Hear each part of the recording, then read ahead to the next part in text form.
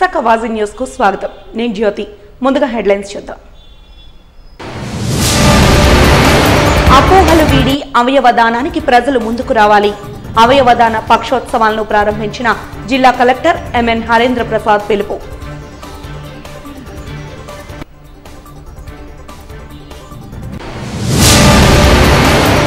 SC ఎస్టీల వర్గీకరణతో ఎంతో మేలు చేకూరుతుంది. 30 ఏళ్ల పోరాటానికి ప్రధాని మోడీ మద్దతు కారణంగానే సత్ఫలితాలు లభించాయన్న బీజేపీ రాష్ట్ర ఉపాధ్యక్షుడు పివిఎన్ మాధవ్. మైనింగ్ నోటిఫికేషన్లు రద్దు చేసి ఎర్రమట్టి దిబ్బల తవ్వకాలపై సమగ్ర విచారణ జరపాలి. పర్యావరణ పరిరక్షణకు ఉద్యమించాలంటూ పిలుపునిచ్చిన సిపిఎం కార్యవర్గ సభ్యులు లోక్నాథం. ఇక వివరాల్లోకి వెళ్తే, అపోహలు వీడి అవయవదానానికి అందరూ స్వచ్ఛందంగా ముందుకు రావాలని, ఇతరుల ప్రాణాలను కాపాడాలని జిల్లా కలెక్టర్ ఎంఎన్ హరేంద్ర ప్రసాద్ పిలుపునిచ్చారు. Savitribai Phule educational charitable trust కు అనుసంధానమైన all India body donors association ఆధ్వర్యంలో ఆగస్టు 15వ తేదీ వరకు నిర్వహించ తలపెట్టిన అవయవ పక్షోత్సవాలను స్థానిక జీవీఎంసీ పార్క్ సమీపంలో గాంధీ విగ్రహం వద్ద జిల్లా కలెక్టర్ జెండా ఊపి ప్రారంభించారు. ఈ సందర్భంగా ఆయన మాట్లాడుతూ, దాతలు సరైన సమయంలో స్పందించకపోవటం వల్ల ఎంతో మంది ప్రాణాలు కోల్పోతున్నారని విచారాన్ని వ్యక్తం చేశారు. గత 5 ఏళ్లలో రాష్ట్రంలో 90,000 మందికి అవయవాలు అవసరం కాగా 923 మందికి మాత్రమే అందించగలిగామని గుర్తు చేశారు. పూర్వ గణాంకాలను చూసినట్లయితే సరైన సమయంలో అవయవదానం జరక్క దాదాపు 5 లక్షల మంది వరకు మృత్యువాత పడ్డారని కలెక్టర్ తెలిపారు. ఈ పరిస్థితి మారాలని అందరూ సహృదయంతో ముందుకు రావాలని విజ్ఞప్తి చేశారు.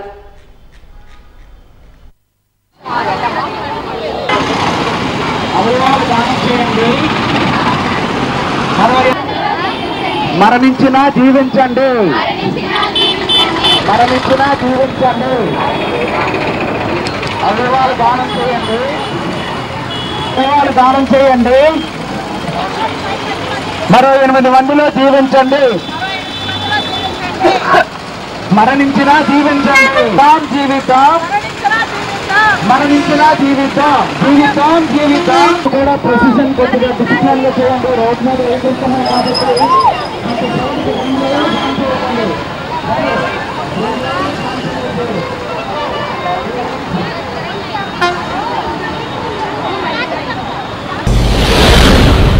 ఈరోజు విశాఖపట్నం జిల్లా విశాఖపట్నంలో ఆర్గన్ డొనేషన్ గురించి అవగాహన కార్యక్రమం ఒక ర్యాలీ రూపంలో ఏర్పాటు చేయడం జరిగింది. ఇది all India body and organ donors association under Savitribai Phule trust మరియు కేజీహెచ్ ఆధ్వర్యంలో చేపట్టడం జరుగుతుంది. దీని ద్వారా అవయవ మార్పిడి గురించి ప్రజల మధ్యలో అవగాహన కల్పించడానికి మనము ఈ ర్యాలీ చేపడుతున్నాము. మన రాష్ట్రంలో 3rd ఆగస్ట్ మనము ఆర్గన్ డోనర్స్ డే మనం సెలబ్రేట్ చేయడం జరుగుతుంది. ఆర్గన్ డొనేషన్ గురించి ప్రజల మధ్యలో కొన్ని అపోహలు ఉన్నాయి, కొన్ని అవగాహన కొరత ఉంది. దాన్ని అరకట్టడానికి ఎక్కువ మంది ఆర్గన్ డొనేట్ చేయడానికి ముందుకు రావడానికి ఈ కార్యక్రమం ఏర్పాటు చేయడం జరిగింది.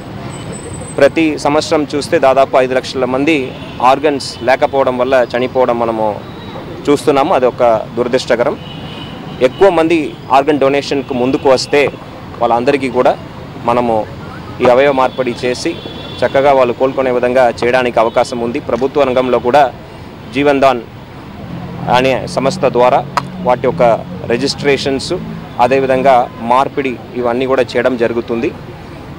కమిటీస్ ఉన్నాయి మనకు. ఆర్గన్ డొనేషన్ ముందుకు వచ్చేటప్పటికి జిల్లా స్థాయిలో కమిటీస్ ఉన్నాయి, ఆ రాష్ట్ర స్థాయిలో కూడా కమిటీస్ ఉన్నాయి. ఈ కమిటీ పర్యవేక్షణలో వాళ్ళు డోనర్స్ ఒక వివరాలు, వాళ్ళు వాస్తవమైన డోనర్స్ అయినా అదేవిధంగా రెసిపియన్స్ కూడా ప్రాపర్ ఆర్డర్లో ఎవరు రిజిస్టర్ చేసి ఉన్నారో ఆ సీక్వెన్స్లోనే మనము డొనేషన్స్ అనేది ఇప్పించడం జరుగుతుంది. సో ఈ అవగాహన కార్యక్రమం ద్వారా ప్రజలకి ఈ విషయం గురించి తెలియచేయాలని ఈరోజు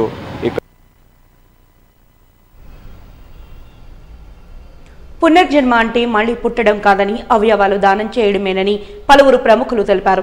అఖిల భారత శరీర అవయవదాతల సంఘం Savitribai Phule educational and charitable trust ఆధ్వర్యంలో అవయవదాన పక్షోత్సవాలు ఆగస్టు 1 నుండి 15వ తేదీ వరకు జరుగుతున్న నేపథ్యంలో పౌర గ్రంథాలయంలో అవగాహన సదస్సును నిర్వహించారు.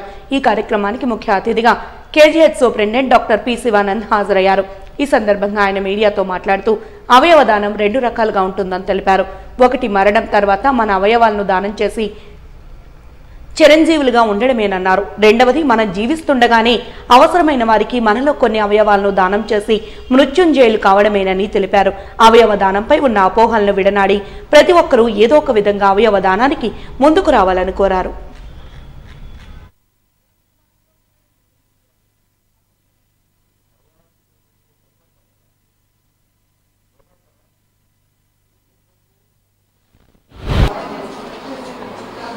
జాతీయ దినోత్సవంగా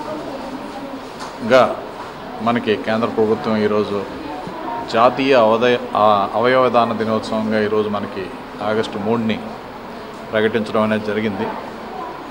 ఈ అవయవదాన దినోత్సవం తాలూకా ప్రత్యేకత ఏంటంటే మనం చనిపోయిన మనం వేరొక వ్యక్తిలో జీవించే ఎప్పుడు ఉంటాం. దీన్నే జీవన దానం అంటాం. మనం చనిపోయినా మన జీవం ఇంకొకరిలో బ్రతికే ఉంటుంది. అందువల్లనే దీన్ని జీవనదాన దినోత్సవంగా మనం ప్రకటించడం అనేది జరిగింది. దీని ప్రత్యేకత ముఖ్యంగా మనం తెలుసుకోవాల్సింది ఏంటంటే దీంట్లో 2 ప్రక్రియలు ఉంటాయి. ఒకటి, మనం బ్రతికుండగానే మన యొక్క అవయవాలు ఇంకొకరికి ఇచ్చి వారు ఏ వ్యాధితో బాధపడుతున్నారో ఆ వ్యాధి నుంచి నివారణ పొంది వాళ్ళకి పునర్జన్మను ప్రసాదించడం అనేది జరుగుతుంది. ఇంకొకటి, మనిషి చనిపోయిన తర్వాత ఆ బాడీని ఎనాటమీ డిపార్ట్మెంట్కి అప్పగించి దాంట్లో స్టూడెంట్స్కి ఆ బాడీ ద్వారా వైద్య విద్య అద్భుతంగా నేర్చుకొని ఆ నేర్చుకున్న జ్ఞానంతో మరలా సొసైటీకి వాళ్ళు బాగా సేవ చేసి మంచి వైద్యాన్ని సొసైటీకి అందించడానికి ఉపయోగపడుతుంది. సో ఈ 2 ప్రక్రియలు మనకి చాలా ముఖ్యమైనవి. మన దీంట్లో ఇప్పుడు చూసుకుంటే స్టాటిస్టిక్స్ ప్రకారం మనకి చాలా అవయవాలు కావాల్సిన పరిస్థితి ఏర్పడింది. Like kidney donation, heart donation, lungs donation, and మనం బోన్ కూడా డొనేట్ చేయొచ్చు, స్కిన్ డొనేట్ చేయొచ్చు. చనిపోయిన తర్వాత మాత్రం ఓన్లీ కార్నియా మాత్రం డొనేట్ చేయడానికి ఉపయోగపడుతుంది. వీటన్నిటికీ ఒక స్పెసిఫిక్ టైమింగ్ ఉంటుంది. ఆ టైమింగ్ ప్రకారమే మనం చేయాల్సి ఉంటుంది. సో అందుకే దీని గురించి అవేర్నెస్ ప్రతి ఒక్కరికి ఇది రీచ్ అయ్యి వారు బ్రెయిన్ డెడ్ అయిన తర్వాత వారి యొక్క అవయవాల్ని వేరొక అవసరమైన వ్యక్తిలో దానికి మనం ఆ అవయవాలను మనం ఇస్తే వీళ్ళు జీవించి ఉండడానికి అవకాశం ఉంటుంది. ఆ వ్యక్తి బాగా జీవించి వారి దేశానికి ఉపయోగపడడానికి కూడా అవకాశం ఉంటుంది. సో ఈ అవయవదాన దినోత్సవాన్ని కంపల్సరీ మనం అందరి మధ్యలో ప్రాపగేట్ చేసి మీడియా మిత్రులను నేను కోరుకునేది ఏంటంటే దీని యొక్క విశిష్టతని అందరికీ తెలియజేసి స్టూడెంట్స్లోనూ ప్రజల్లోనూ తెలియజేస్తే స్టూడెంట్స్ ఎప్పుడైతే దీని గురించి బాగా తెలుసుకుంటారో వాళ్ళ తాలూకా ఫ్యామిలీ మెంబర్స్కి దీని యొక్క విశిష్టతని ఈజీగా చెప్పడం అనేది జరుగుతుంది. సో ఈజీగా చెప్పడం అనేది జరిగితే వారి యొక్క పేరెంట్స్ దీన్ని అవగాహన చేసుకొని ఈ అవయవ దానం అనే దాని గురించి భయపడే వాళ్ళంతా భయపడకుండా ఇది ఒక మహత్తర కార్యక్రమం, దీంట్లో కూడా మనం కూడా పాలు పంచుకొని ఈ కార్యక్రమాన్ని బాగా అభివృద్ధి చేద్దాం, దీనివలన ఇంకొక ప్రాణాన్ని మనం రక్షిద్దాం అనే దైవ సంకల్పాన్ని మనం అందరిలోనూ నింపాలనే దానికోసం ఈరోజు ఈ అవయవదాన దినోత్సవాన్ని జరుపుకోవడం, అందరి ముందు దీన్ని మీడియా ద్వారా తెలియజేయాలని కోరుకుంటున్నాను. చేనేత వస్త్రాలు ధరించడం ద్వారా చర్మ సంబంధిత వ్యాధులు దరిచేరవని V health care, V dental hospitals director K M K Ramesh అన్నారు. స్పిరిట్ ఆఫ్ వైజాగ్ సొసైటీ ఆధ్వర్యంలో ఈ నెల 4వ తేదీన బీచ్ రోడ్లో నిర్వహించనున్న 3 కిలోమీటర్ల శారీ వాక్ పోస్టర్ను వి డెంటల్ హాస్పిటల్లో ఆవిష్కరించారు. ఈ నెల 7వ తేదీన జాతీయ చేనేత దినోత్సవాన్ని పురస్కరించుకుని నిర్వహించనున్న శారీ వాక్ కార్యక్రమానికి విశేష స్పందన లభిస్తోందని స్పిరిట్ ఆఫ్ వైజాగ్ సొసైటీ ప్రతినిధి డాక్టర్ బిపిఎస్ కళ్యాణి అన్నారు. ఈ కార్యక్రమంలో K Lakshmi, CH Parvati, K Ramya తదితరులు పాల్గొన్నారు.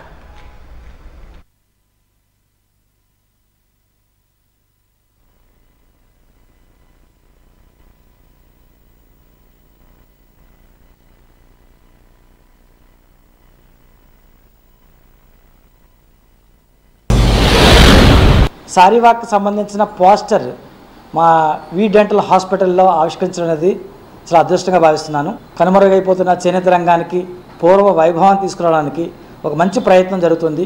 లాస్ట్ ఇయర్ కూడా ఈ కార్యక్రమంలో మేము పార్టిసిపేట్ చేస్తాం. చాలా మంచి స్పందన చూసాం మన బీచ్ రోడ్లో. ఈ నెల 4వ తారీఖుని ఆదివారం నాడు బీచ్లో ఈ కార్యక్రమం వేలాది మందిగా మహిళలు చీరను ధరించి, చేనేత చీరను ధరించి వాక్ చేసే దృశ్యాన్ని చూడాలంటే 2 కళ్ళు సరిపోవు. నిజంగా లాస్ట్ టైం చూశాను నేను. తప్పనిసరిగా ఈ కార్యక్రమం అందరూ పాల్గొవాలి, మహిళలంతాని. పురుషులు కూడా మహిళల్ని ఎంకరేజ్ చేయాలి. ముఖ్యంగా చేనేత రంగానికి సంబంధించి ఈ కార్యక్రమం వీ డెంటల్ హాస్పిటల్లో పెట్టడానికి ప్రధాన కారణం ఏంటంటే, నేను కూడా చేనేత కుటుంబం నుంచి వచ్చినవాడినే. మా తాతగారు చేనేత నేసేవారు. మా కుటుంబం చేనేత నేపథ్యమైన కుటుంబం. అటువంటి దాంట్లో నేను ఈరోజు ఈ కార్యక్రమంలో పాల్గొనడం అనేది అదృష్టంగా భావిస్తున్నాను. చేనేత చీరలు కానీ చేనేత వస్త్రాలు కానీ మన భారతీయతకి ఒక ప్రతిబింబించే వస్త్రాధారణ. ఇది కనుమరుగైపోయి ఇప్పుడు మోడర్న్ డ్రెస్సింగ్ రావటం వల్ల చేనేత అనేది వెనకబడుతుంది.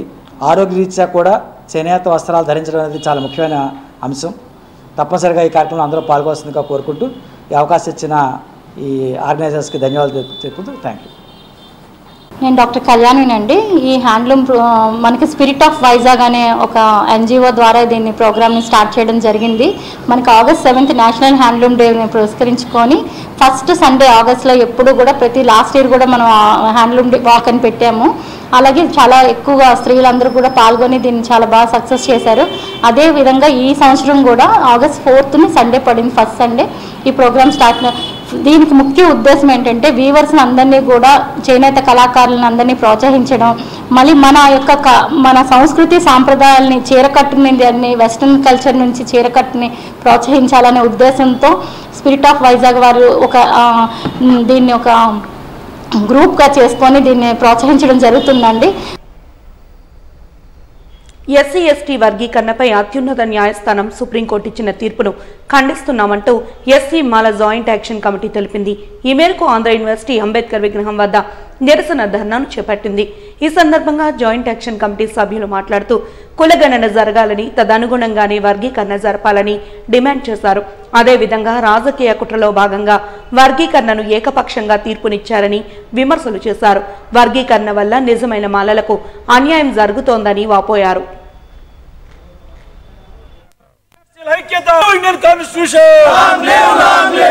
అంబేద్కర్ ఆలోచన విధానమే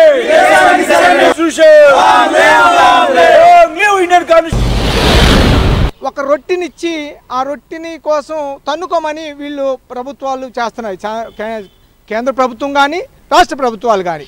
అదే మీకు చిత్తశుద్ధి ఉంటే గనక మీరు రిజర్వేషన్ పెంచి మాలో ఉన్నటువంటి తారతమ్యాలని మాయం చేయొచ్చు, రూపుమాపు చేయొచ్చు. కానీ అలా చేయట్లా. ఎందుకంటే మీకు కావాల్సింది పొలిటికల్ పవర్. ఆ పొలిటికల్ పవర్ని మేము ఎక్కడ దక్కించుకుంటానని మీరు బాగా క్రూయల్గా ఆలోచిస్తున్నారు. It is not correct. According to Indian constitution all people are equal. Equality is important because always we can give slogan like భారతీయులందరూ నా సహోదరులు, నేను నా దేశంను ప్రేమిస్తున్నానని. మీరు ఎప్పుడు ప్రేమించారు మమ్మల్ని? ప్రేమిస్తే కనుక మీరు ఇచ్చినటువంటి ఈ యొక్క కుట్రపూరితమైనటువంటి ఈ డెసిషన్స్ ఏంటి? నా బెంచీని మీరు తీసుకోలేదు, పరిగణనలోకి తీసుకోలేదు. ఇప్పుడున్న బెంచీ 7గురికి మీరే ఇన్స్ట్రక్షన్స్ ఇచ్చి వాళ్ళ ద్వారాగా మీరు ఈ విధంగా the most supreme power of supreme court అక్కడి నుంచి కాదనలేమని మీరు ఇస్తే మేమేం చేయాలి? మాకు ఇప్పుడు అందరం చదువుకొని ఉన్నాం, అన్ని ఉద్యోగాలు లేక అస్తవ్యస్తమైన ఇబ్బందుల్లో పడుతున్నాం భారతదేశంలో. ఈ భారతదేశంలో నిరుద్యోగం నిర్మూలించకపోగా ఉన్నటువంటి కులాల మధ్య కుంపట పెట్టి మీ యొక్క పబ్బం గడుపుకుంటా భారతదేశంలో ఉన్నటువంటి సెంట్రల్ గవర్నమెంట్ పాలకులు కానీ రాష్ట్ర ప్రభుత్వ పాలకులు కానీ మీరు ఉద్యోగ నోటిఫికేషన్లు వచ్చినప్పుడే ఇలాంటి లింకులు పెట్టేసి ఉద్యోగం నోటిఫికేషన్లు ఇవ్వకుండా, ఉద్యోగాలు ఫిల్ చేయకుండా మీరే నోటిఫికేషన్ ఇచ్చి మీరే కేసులు వేపించేసి మమ్మల్ని ఈ విధంగా చేస్తున్నారు. ఇది మీకు న్యాయమా? నిన్న సుప్రీంకోర్టు ఇచ్చిన తీర్పు ఏదైతే ఉందో దేశవ్యాప్తంగా ఇవాళ చూస్తే ఢిల్లీ నుండి కన్యాకుమారి వరకు నిరసనలు సెగలు హోరెత్తుతున్నాయి. మేమైతే చెప్తున్నాం, ఎస్సీ ఎస్టీల మధ్య ఉన్నటువంటి అనైక్యతను దెబ్బతీసే విధంగా సుప్రీంకోర్టు తీర్పు ఉంది. అసలు ఇలాంటి తీర్పులు ఇవ్వడానికి ముందుగా ఈ వర్గీకరణ అనే అంశం పార్లమెంటు ఉభయ సభల్లో చట్టాలు చేసి ఆ తర్వాత రాష్ట్రాల్లో ఉన్నటువంటి అసెంబ్లీలకు పంపి ఆ తర్వాత శాసనాలు చేయాల్సిన అవసరం అయితే ఉంది. కానీ ఏకదమ్మున ఒక్కసారి వర్గీకరణ అనే 7 ధర్మాసనం కలిసి కూడినటువంటి ఒక విషయాన్ని నిన్న బయటికి బహిర్గతం చేయడం జరిగింది. ఇలాంటివి చేసే ముందర పార్లమెంటు యొక్క వాటి ప్రాధాన్యత, వాటి యొక్క ఆవశ్యకత ఎంత ఉందని చెప్పేసి మేము అడుగుతున్నాం. రెండవది, కులగణన అనేది ఇంతవరకు జరగలేదు. ప్రతి గవర్నమెంట్ కూడా ఒకటే చెప్పింది, మేము అధికారంలో వచ్చిన వెంటనే కులగణన చేస్తామన్నారు. కులగణన అనేది జరగలేదు. దాని ద్వారా అది జరిగిన తర్వాతే ఏ అంశమైనా చేపట్టాల్సిన అవసరం ఈ దేశంలో ఉంది. రెండవది, క్రిమిలేయర్ ఎస్సీ ఎస్టీ వర్గీకరణలో భాగంగా చాలా కుట్రపూరితమైన అంశం ఏదైనా ఉందంటే అది క్రిమిలేయర్. ఎస్సీ ఎస్టీల వర్గీకరణ అవసరమేనని సుప్రీంకోర్టు ఇచ్చిన తీర్పును స్వాగతిస్తూ బీజేపీ ఎస్సీ మోర్చా జిల్లా అధ్యక్షుడు గన్నిరెడ్డి రాకేష్ చంద్ర ఆధ్వర్యంలో లాసన్స్ బే కాలనీలో గల బీజేపీ కార్యాలయంలో ప్రధాని నరేంద్ర మోడీ చిత్రపటానికి పాలాభిషేకం చేశారు. అలాగే రాజ్యాంగ నిర్మాత అంబేద్కర్ చిత్రపటానికి పుష్పాభిషేకం చేశారు. అనంతరం జరిగిన మీడియా సమావేశంలో బీజేపీ ఎస్సీ మోర్చా విశాఖ జిల్లా అధ్యక్షుడు గన్నిరెడ్డి రాకేష్ చంద్ర మాట్లాడుతూ గత 30 ఏళ్లుగా చేసిన పోరాటం ఫలించిందన్నారు. ప్రధాని మోడీ మద్దతు కారణంగానే తమ పోరాటం ఫలించిందని తెలిపారు. ప్రతిపక్ష హోదా లేని వారు కూడా తాము కూడా వర్గీకరణకు మద్దతు ఇచ్చామని ప్రగల్భాలు పలికారంటూ విమర్శలు చేశారు. వర్గీకరణ 59 ఉపకులాలకు ఉపయోగపడుతుందన్నారు. బీజేపీ రాష్ట్ర ఉపాధ్యక్షుడు పివిఎన్ మాధవ్ మాట్లాడుతూ వర్గీకరణ అంటే 53 ఉపకులాల మధ్య గొడవ కాదన్నారు. ఎస్టీలంతా ఐకమత్యంగా తీర్పును స్వీకరించి ముందుకు వెళ్లాలని కోరారు. తీర్పు ఏదైతుందో అన్ని వర్గాలు, అన్ని పార్టీలు దీనికి హర్షం తెలపడంతో పాటు పెద్ద ఎత్తున స్వాగతాన్ని పలుకుతున్నారు. దీన్ని ఏదైతే 53 ఉపకులాల మధ్య తగాదాగా చూడకూడదని మా మనవి.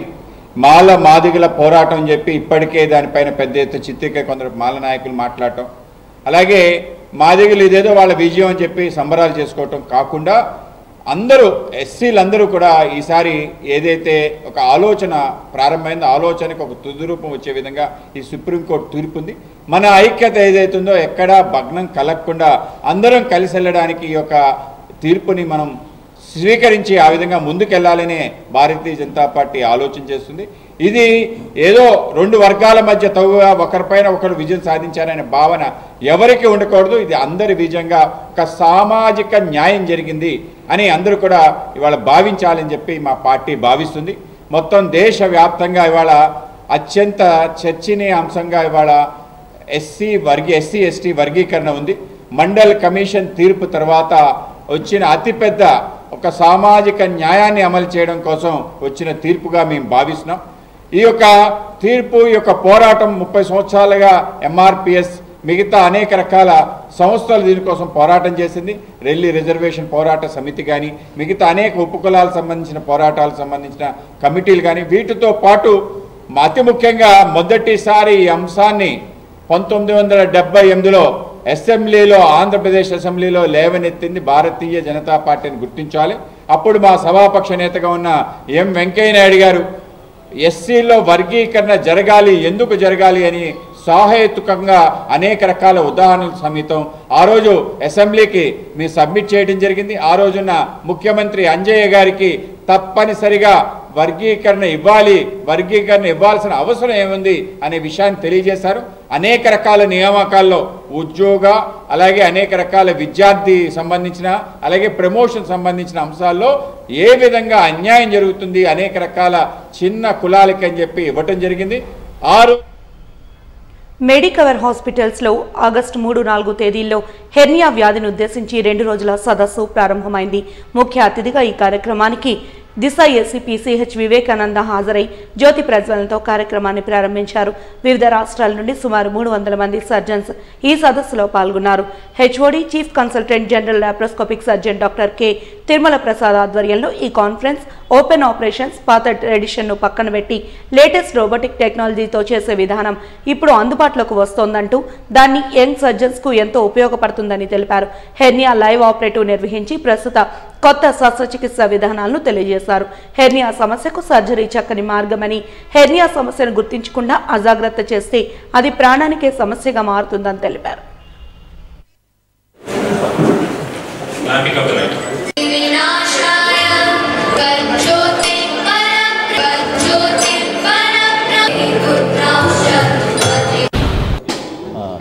ఈ హెర్నియా అనేది సర్వసాధారణమైన డిసీజ్ అండి. ఒక అబ్డామినల్ ప్రొట్రూజన్ వల్ల ఈ హెర్నియా ఏర్పడుతుంది. ఇది పూర్వం రోజుల్లో 2-3 ప్రొసీజర్లు ఉండేవండి. కానీ ఇప్పుడు చాలా అడ్వాన్స్డ్ టెక్నిక్స్ అన్నీ వచ్చేసాయి. అంటే ఒక ఓపెన్ సర్జరీ నుండి రోబోటిక్ దాకా చేరుకుందండి. సో ఈ ఫెంటాస్టిక్ ప్రోగ్రామ్ని అరేంజ్ చేసింది doctor Tirumala Prasad sir. So he is the chief surgeon. So arrange this 2 days CME program with 4 credit hours, sir. వైద్యో నారాయణ హరి అంటారు. డాక్టర్ సార్ దేవుడితో సమానం. ఎందుకంటే రీబర్త్ ఇచ్చేటువంటి ఒకే ఒక శక్తి డాక్టర్స్కి ఉంది. మీరు అటువంటి ఒక మంచి ఫీల్డ్లో పనిచేస్తున్నందుకు మీ అందరికి కూడా నా యొక్క ప్రత్యేక ధన్యవాదాలు తెలియజేస్తున్నాను. మరి ముఖ్యంగా ఈ సబ్జెక్ట్ అంటే ప్రపంచంలో నిత్య విద్యార్థిగా ఉండేవాళ్ళలో ఫస్ట్ డాక్టర్. మీరు ఎప్పుడూ చదువుతూనే ఉండాలి. మీకు ఇటువంటి లైవ్ ప్రోగ్రామ్స్ అనేది జీవితకాలం అవసరం. డాక్టర్ అనే వ్యక్తికి రెస్పెక్ట్ అనేది చాలా సమాజంలో ఎక్కువగా ఉంటుంది. మమ్మల్ని ఎక్కువగా కామెంట్ చేస్తుంటారు. పోలీస్ అనగానే రకరకాల పర్సెప్షన్స్ ఉంటాయి సమాజంలో.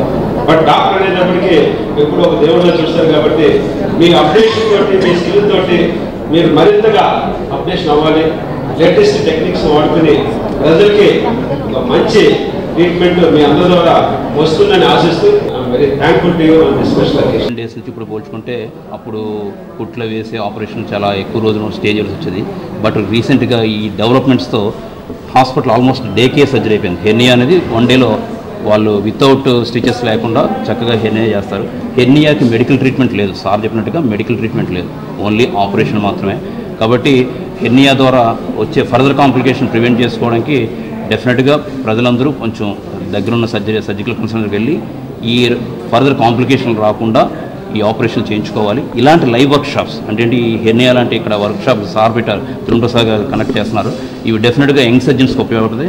అట్ ద సేమ్ టైం ప్రజలకు కూడా డే కేర్ సర్జరీలో అవుతుంది.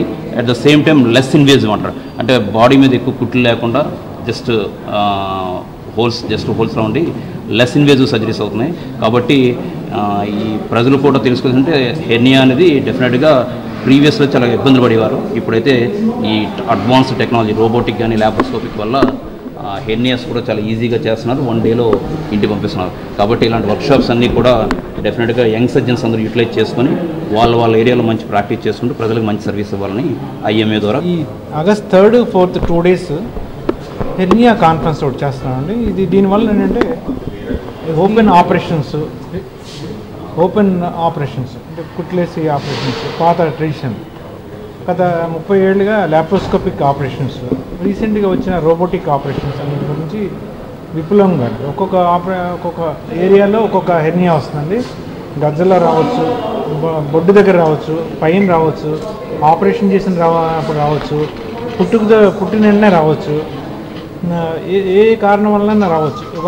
దానివల్ల ఏంటంటే పెద్ద బుడగలాగా వస్తుంది. హెర్నియా అనే దానికి treatment operation, there is no other go. బాగా ఫిట్ అయితే మాత్రం ఆపరేషనే, లేకపోతే ఏంటంటే ఒక బెల్ట్ లాంటి పెట్టుకొని కొంతకాలం గడపవచ్చు అనమాట. దాంట్లో ఏంటంటే హెర్నియా వలన చేయిపోవడం వల్ల ఏమొస్తుంది అని అడగచ్చు. పేగు స్టక్ అయిపోయి డేంజరస్ వస్తుందన్నమాట. ఏజ్ పెరిగిన కొద్దికి డేంజరస్ వస్తుంది.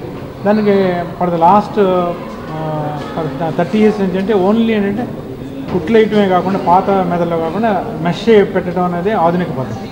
మెష్ పెట్టడం వల్ల అంటే అబ్డామినల్ మన క్లాత్ ఎలాగా మన ఏజ్ అయిపోతే చిరిగిపోతుందో, మనం లావ్ అయిపోతే ఎలాగ పిట్లిపోతుందో, అలాగే హెర్నియా అనేది గ్యాప్ వచ్చి బుడగలాగా వస్తుంది. దాంట్లో పేగులు తాలూకా ఫ్యాటు అన్నీ కూడా స్టక్ అయిపోతుంది.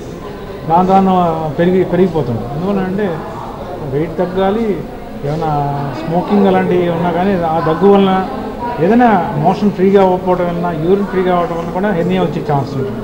అందువల్ల అంటే ఎవరికన్నా కానీ హెర్నియా వచ్చినప్పుడు కొద్దిగా బెల్ట్ లాంటిది పెట్టుకొని కాషన్గా ఉండి అవసరమైతే సర్జికల్ కన్సల్టెంట్ దగ్గర ఉన్న సర్జికల్ కన్సల్టెంట్ అడ్వైస్ తీసుకుని అవసరమైతే ఆపరేషన్ చేయించుకుంటాం ఉత్తమైన.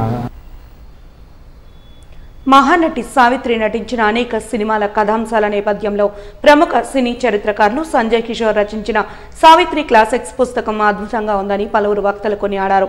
సావిత్రి క్లాసిక్స్ అభినందన సభ ఆత్మీయ సత్కార కార్యక్రమం ద్వారకానగర్ పౌర గ్రంథాలయంలో జరిగింది.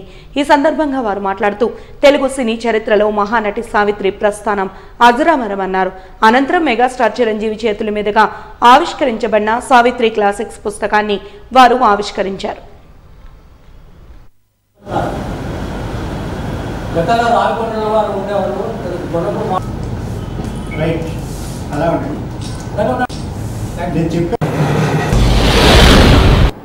చాలా తక్కువ టైంలో ఈ మధ్య నేను చేసిన పుస్తకం సావిత్రి గారి పుస్తకం దాని మీద ఒక సభ పెడదామండి మీరు పొద్దున్నే అన్నట్లు కొంచెం పోట్లాట వేసుకున్నారు ఎందుకు వచ్చారు చెప్పకుండా అదే తర్వాత వస్తే వచ్చారు ఇక 2 రోజులు ఉండొచ్చు కదా అంటారు కాదండి రేపు ఇలా ఏదో పని ఉంది ఇది అంటే సరే ఏ పర్లా వచ్చినంతమంది అయినా పర్లా మా మెంబర్స్ గంగిగోపాల్ టైపు మా మెంబర్సు హ్యాపీగా చిన్న సభ పెట్టుకుందామనండి ఇది చాలా సంతోషం సార్. ఇది ఇవాళ ఈ మీటింగ్ దీని గురించి అండి మెయిన్ ఇది సావిత్రి క్లాసిక్స్ అని ఇది ఒక బుక్. జనరల్గా వారు స్పీచ్లో కొన్ని విషయాలు నా గురించి చెప్పారు. ఏంటంటే స్పందిస్తే కానీ చెయ్యము లేకపోతే మనసుకు నచ్చితే కానీ చెయ్యము అనేది అది వాస్తవమైన విషయమే. ఎందుకంటే నా దగ్గరికి చాలామంది సినిమా హీరోల అభిమానులు వస్తుంటారు. ఎందుకంటే ఈ ఒక ప్రజెంటేషన్ ఇప్పుడు మా రాయటం ఈజీ అండి, బుక్ ఒక ఆర్టీసీ డ్రైవర్ మీద దాడి చేసి నగదు చోరీ చేసిన నిందితులను అరెస్టు చేసినట్లు క్రైమ్ డీసీపీ వెంకటరత్నం తెలిపారు. ఆ పెదవాలతేరులో గల 3వ పట్టణ పోలీస్ స్టేషన్ వద్ద నిర్వహించిన మీడియా సమావేశంలో ఆమె మాట్లాడారు. చోరీ జరిగిందని బాధితుడి నుంచి 112కి శుక్రవారం తెల్లవారుజామున కాల్ వచ్చిందన్నారు. మద్దిలపాలెంలో ఒక షోరూం వద్ద బ్యాగ్ లాక్కుని పారిపోయారని ఫిర్యాదు చేశారన్నారు. ఎంవీపీ 3 టౌన్ పోలీసులు సీసీ ఫుటేజీ ఆధారంగా నిందితులను అరెస్ట్ చేశామని తెలిపారు. గన్నిరెడ్డి మారినాయుడు ఆర్టీసీ అమలాపురం విశాఖ బస్ డ్రైవర్గా పనిచేస్తున్నారని, మార్గ మధ్యంలో అపోలో ఫార్మసీ వద్ద కూర్చోగా జ్వరం టాబ్లెట్ తీసుకున్నారని తెలిపారు. ఇంతలో 4 వ్యక్తులు బ్యాగ్ చోరీ చేశారని, వీరిలో జగన్నాథ్ కిరణ్ డ్రైవర్ మీద దాడి చేశారని తెలిపారు. 11 నిమిషాలకి మాకు ఒక 112 కాల్ వచ్చింది. అదేంటంటే ఈ Apollo pharmacy Maddilapalem Java showroom దగ్గర ఒక అతన్ని ఒక 4 కుర్రోళ్ళు గట్టిగా కొట్టేసి ఆయన చేతిలో ఉండేటటువంటి బ్యాగ్ని లాక్కొని వెళ్ళిపోయారు అనేసి మాకు 112 కాల్ రాగానే ఇమీడియట్గా అక్కడికి దగ్గరలో ఉండేటటువంటి బీట్ వాళ్ళు చేరుకున్నారు. ఆ తర్వాత వచ్చి మన ఏసీపీ గారు అలాగే సిఐ ద్వారకా అండ్ ఎస్ఐలు సునీలు, భాస్కరు, నెక్స్ట్ ఇంకా 3 టౌన్ ఎంవీపీ ఎస్ఐ జగదీష్ వీళ్ళందరూ కూడా ఇమీడియట్గా చేరుకొని అక్కడ ఉండేటటువంటి సీసీ ఫుటేజెస్ ఆధారంగా వాళ్ళని క్యాచ్ చేయడం కూడా జరిగింది. ఈరోజు 4 గంటలకల్లా వాళ్ళని క్యాచ్ చేసి అరెస్టు చేయడం జరిగింది. అయితే కార్పొరేట్ శక్తుల నుండి విశాఖ జిల్లా ప్రజలను, పర్యావరణాన్ని రక్షించుకునేందుకు ఉద్యమాలకు విశాఖ ప్రజలు సిద్ధం కావాలని సిపిఎం ఏపీ రాష్ట్ర కార్యదర్శి వర్గ సభ్యులు కొత్తపల్లి లోక్నాథం పిలుపునిచ్చారు. భీమిలి ఎర్రదిబ్బల తవ్వకాలకు, కుసులవాడ మైడింగ త్రవ్వకాలకు వ్యతిరేకంగా సిపిఎం విశాఖ జిల్లా కమిటీ ఆధ్వర్యంలో జీవీఎంసీ గాంధీ విగ్రహం వద్ద ధర్నా చేపట్టారు. సిపిఎం విశాఖ జిల్లా కార్యదర్శి మరడాన జగ్గునాయుడు అధ్యక్షతన నిర్వహించిన ఈ ధర్నాలో లోక్నాథం పాల్గొని మాట్లాడుతూ విశాఖపట్నం పర్యాటక కేంద్రంగా అభివృద్ధి చేస్తున్నామని, గత 20 ఏళ్లుగా పాలకులు చెబుతున్న వాస్తవానికి అభివృద్ధి ముసుగులో మైనింగ్ భూదందాలు జరుగుతున్నాయని తెలిపారు. వ్యాపారం, కార్పొరేట్ శక్తులతో కలిసి పాలక వర్గాలు చేపడుతున్నాయని ధ్వజమెత్తారు. విశాఖ బీచ్ సిఆర్జెడ్ జోన్లో ఉన్నప్పటికీ నిబంధనలకు విరుద్ధంగా ప్రభుత్వ అధికారులు వ్యవహరించడం సమంజసం కాదన్నారు. ఎర్రమట్టి దెబ్బలు చాలా చారిత్రాత్మకమైనవి. దీన్ని పరిరక్షించాల్సిన గతంలో వైఎస్ఆర్ ప్రభుత్వం కానీ ఇప్పుడున్న ప్రభుత్వం కానీ సీరియస్గా తీసుకోవట్లేదు. గత ప్రభుత్వం లీజుల పేరుతో దాదాపు 287 ఎకరాల భూమి ఇవ్వడం జరిగింది. ఏ రకంగా ఇచ్చారు, దానికి సంబంధించిన దాంట్లో Visakha cooperative mutual aid society పేరుతో అక్కడ తవ్వకాలు జరిపారు. అసలు ఆ సొసైటీకి రాజ్యాంగపరంగా, చట్టపరంగా ఆ రకంగా అన్ని హక్కులు ఉన్నాయా లేదనేది మేము అడగదలుచుకున్నాం. అదే కాదు, ఒక చారిత్రాత్మకమైన ప్రాంతాన్ని పరిరక్షించాల్సింది పోయి ఈ రకంగా లీజుల పేరుతో ఇవ్వటం అనేది సరైనది కాదు. ఎందుకంటే మనం చెప్పడం కాదు, సుప్రీంకోర్టే స్పష్టమైన తీర్పులు ఇచ్చింది. చారిత్రక కట్టడాలు అట్లాగే ఎర్రమట్టి దిబ్బలు లాంటి ప్రాంతాలని పర్యవేక్షించాల్సింది ప్రభుత్వం. అట్లాంటిది ఈరోజున్న మైనింగ్ డిపార్ట్మెంటు లాభాల పేరుతో లీజుల పేరుతో ఇవ్వటం అనేది సరైనది కాదు. దానికి సంబంధించిన దానిలో కూడా ఇప్పుడు పెనాల్టీ వేస్తున్నామని ఇప్పుడు చెప్తా ఉన్నారు. ఇంత పెద్ద దుర్మార్గం. ఒకవైపున చారిత్రక కట్టడాలకు సంబంధించి మైనింగ్ డిపార్ట్మెంట్ ఇవ్వడమే ఒక తప్పు. కాబట్టి ఆ రోజున్న అధికారుల మీద ఖచ్చితంగా కఠిన శిక్షలు విధించాలి. అదే కాకుండా ఎయిడెడ్ కోఆపరేటివ్ సొసైటీ ఏదైతే ఉందో ఆ సొసైటీకి సంబంధించిన నేరాల వలసకు సంబంధించిన దాంట్లో కనీసం చట్టబద్ధతతో ఉందా లేదనేది చూడాలి. ఇక్కడున్న ఎమ్మెల్యే గారు గెలిచిన తర్వాత గగ్గోలు పెడతా ఉన్నారు. నేను చెప్పదలుచుకుందంటే చట్టసభల్లో ఏవైతే చట్టాలు చేయాలో ఆ చట్టాలు చేయాల్సిన గంటా శ్రీనివాసరావు గారు ఇక్కడికి వచ్చి గగ్గోలు పెట్టడం ఎందుకు? డైరెక్ట్గా చట్టం ప్రకారంగా ఆ సొసైటీకి పర్మిషన్ ఎవరు ఇచ్చారు, ఏ రకంగా వాళ్ళు తవ్వకాలు జరిపారు, ఎంత భూమిలో తవ్వకాలు జరిపారు, తవ్వకాలు జరపాల్సి వస్తే భవిష్యత్తులో ఇబ్బందులు ఏంటనేది దానికి సంబంధించిన చట్టం చేయాలి. చారిత్రకమైన కట్టడాలకు సంబంధించిన చట్టాలు చేయాలి. అది ఒక్క హైకోర్టుకి అట్లాగే ఇక్కడున్న అసెంబ్లీకి ఉంది అనేది కూడా చట్టం చెప్తా ఉంది. దాన్ని పక్కన పెట్టేసి ఈరోజు గగ్గులు పెట్టడం వల్ల ఏం లాభం అనేది ఇప్పటి ఈరోజు కుసులవాడ భూముల్ని పబ్లిక్ హీరింగ్ జరపడం సరైనది కాదనేది. కాబట్టి రెండింటికి సంబంధించి ఇటు కుసులవాడకు సంబంధించిన దానిలో కానీ ఎర్రమట్టి దెబ్బలకు సంబంధించిన దానిలో ఈరోజు తెలుగుదేశం ఎమ్మెల్యేగా ఉన్న గంటా శ్రీనివాసరావు గారు ఏమి అభిప్రాయం చెప్తారనేది చెప్పదలుచుకున్నాం. గతంలో వైఎస్ఆర్ పార్టీ ఏదైతే తప్పులు చేసిందో ఇప్పుడు తెలుగుదేశం కూడా అదే తప్పులు చేస్తుందా లేదనుకుంటే చట్టానికి సంబంధించిన దాంట్లో పకడ్బందీగా అమలు చేస్తారనేది స్పష్టంగా చెప్పాలి. భీమిలి సమీపంలోని ఎర్రమట్టి దెబ్బలకి వేల సంవత్సరాల చరిత్ర ఉంది. అనేక సినిమాలు ఆ ప్రాంతంలో తీశారు. దాన్ని పర్యాటక కేంద్రంగా డెవలప్ చేసి దాన్ని కాపాడాల్సిన బాధ్యత కేంద్ర రాష్ట్ర ప్రభుత్వాల మీద ఉంది. అలా కాకుండా వాటి ధ్వంసం చేసి వ్యాపారం చేయడం కోసం పూనుకుంటున్నారు. ఇది నిజంగా పర్యావరణాన్ని దెబ్బతీయడమే, ధ్వంసం చేయడమే. ఈ పద్ధతి విన్నాడి ఎర్రమట్టి దెబ్బల్ని పర్యాటక కేంద్రంగా అభివృద్ధి చేయడం కోసం రాష్ట్ర ప్రభుత్వం వెంటనే చర్యలు చేపట్టాలని చెప్పని సిపిఎం పార్టీకి మేము డిమాండ్ చేస్తున్నాం. కుసులవాడ కొండల్లో క్వార్ట్జైట్ పనులు ఉన్నాయని చెప్పని గనులు తవ్వడం కోసం కేంద్ర ప్రభుత్వం అనుమతిస్తే దానికి మరి రాష్ట్ర ప్రభుత్వం ఆగమేఘాల మీద మొత్తం అధికార యంత్రాంగాన్ని రంగంలో దింపి రేపు ప్రజాప్రాయ సేకరణ చేపట్టడం కోసం సిద్ధమవుతూ ఉన్నారు. మేము అడగదలుచుకున్న ఈ ప్రభుత్వానికి ప్రతి కొండలో కూడా ఏవో ఖనిజాలు ఉంటాయి, నిక్షేపాలు ఉంటాయి. నిక్షేపాలు ఉన్నాయని చెప్పి తవ్వుకుంటూ పోతే కొండల పూర్తి మిగలవు, ఇంకా పర్యావరణ పూర్తి నాశనం అవుతుంది. ఎప్పటికీ శాస్త్రవేత్తలు చెప్తా ఉన్నారు రాబోయే 2040 సంవత్సరం నాటికి విశాఖ సముద్ర గర్భం 5% మేర భూమిని ఆక్రమించేస్తుందని చెప్పని. వాజీ న్యూస్ ముగించే ముందు హెడ్లైన్స్ మరొకసారి చూద్దాం. అపోహలు వీడి అవయవ దానానికి ప్రజలు ముందుకు రావాలి. అవయవ దాన పక్షోత్సవాలను ప్రారంభించిన జిల్లా కలెక్టర్ ఎంఎన్ హరేంద్ర ప్రసాద్ పిలుపు.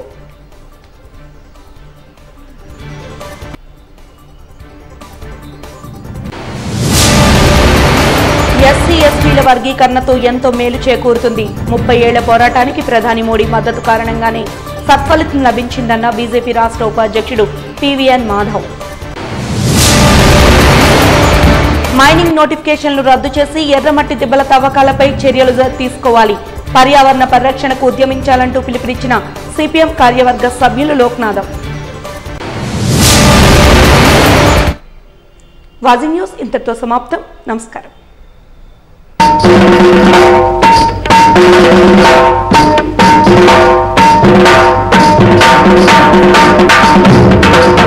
Thank you.